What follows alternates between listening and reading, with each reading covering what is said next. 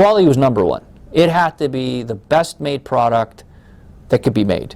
Within reason, because I could make it bulletproof, but nobody would afford it. It's too expensive.